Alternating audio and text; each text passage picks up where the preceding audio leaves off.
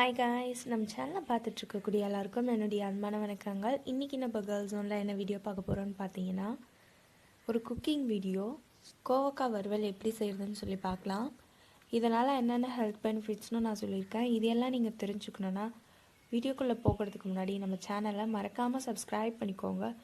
பக்கத்தில் உள்ள பெல் பட்டனையும் கிளிக் பண்ணிக்கோங்க. அதில் ஒரு நோட்டிஃபிகேஷன் வரும், அதில் ஆல்னு சொல்லி கிளிக் பண்ணுங்கள். அப்போ தான் நான் எந்த வீடியோ போட்டாலும் உங்களுக்கு இன்ஸ்டன்ட் நோட்டிஃபிகேஷன் வரும். நீங்கள் போய் தேடணும்னு அவசியம் இல்லை, ஈஸியாக செக் பண்ணி பார்த்துக்கலாம். இப்போ வாங்க வீடியோக்குள்ளே போகலாம்.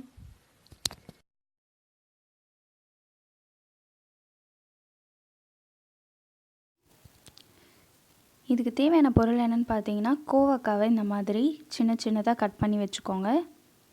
இப்போ இதோட பெனிஃபிட்ஸ் பார்க்கலாம்.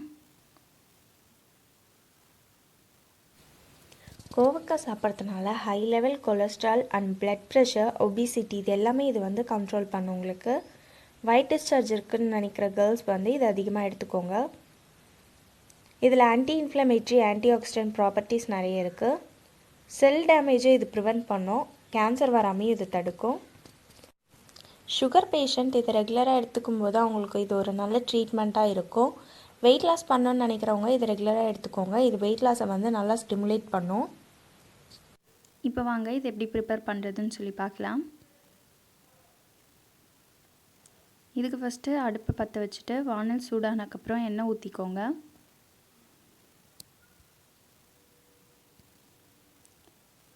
எண்ணெய் நல்லா சூடாயிடுச்சு. இப்போ கடுகு போட்டுக்கலாம்.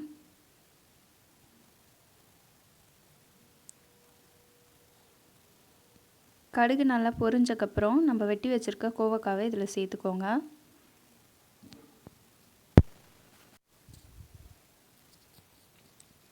இப்போ இதை நல்லா இந்த மாதிரி கிளறி விட்டுக்கோங்க.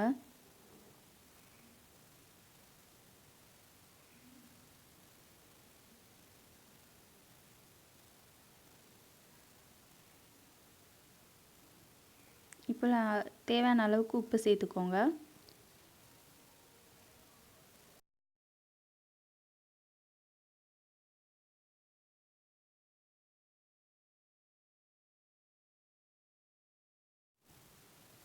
உப்பு சேர்த்தக்கப்புறம் மிளகாத்தூள் எவ்வளோ தேவையோ அந்த அளவுக்கு சேர்த்துக்கோங்க.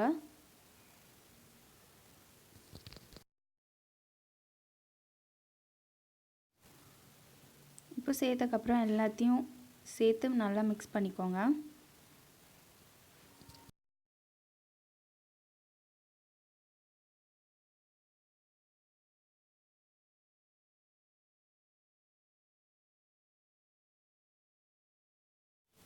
இப்போ லைட்டாக கொஞ்சமாக தண்ணி ஊற்றிக்கோங்க. ஒரு 1/2 கிளாஸ் அளவுக்கு போதும். அதுக்கப்புறம் நல்லா இந்த மாதிரி மிக்ஸ் பண்ணிவிட்டு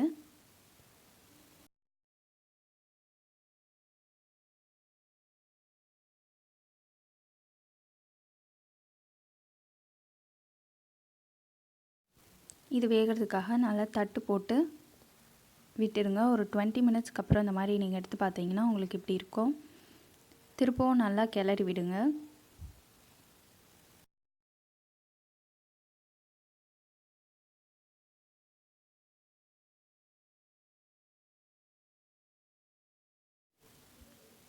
அதுக்கப்புறம் இந்த மாதிரி கொஞ்சம் லைட்டாக ஆயில் சேர்த்துக்கோங்க. ஏன்னா அப்போ தான் உங்களுக்கு வந்து அது கொஞ்சம் கிறிஸ்பியாக வரும்.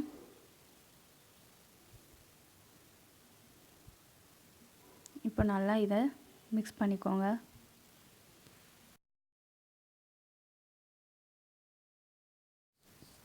இந்த மாதிரி நல்லா இதை மிக்ஸ் பண்ணி விட்டுக்கோங்க. மிக்ஸ் பண்ணக்கப்புறம் மூடி போட்டு மூடி வச்சுருங்க ஒரு 10 மினிட்ஸ்க்கு. அந்த கிளிப் வந்து மிஸ் ஆகிடுச்சு.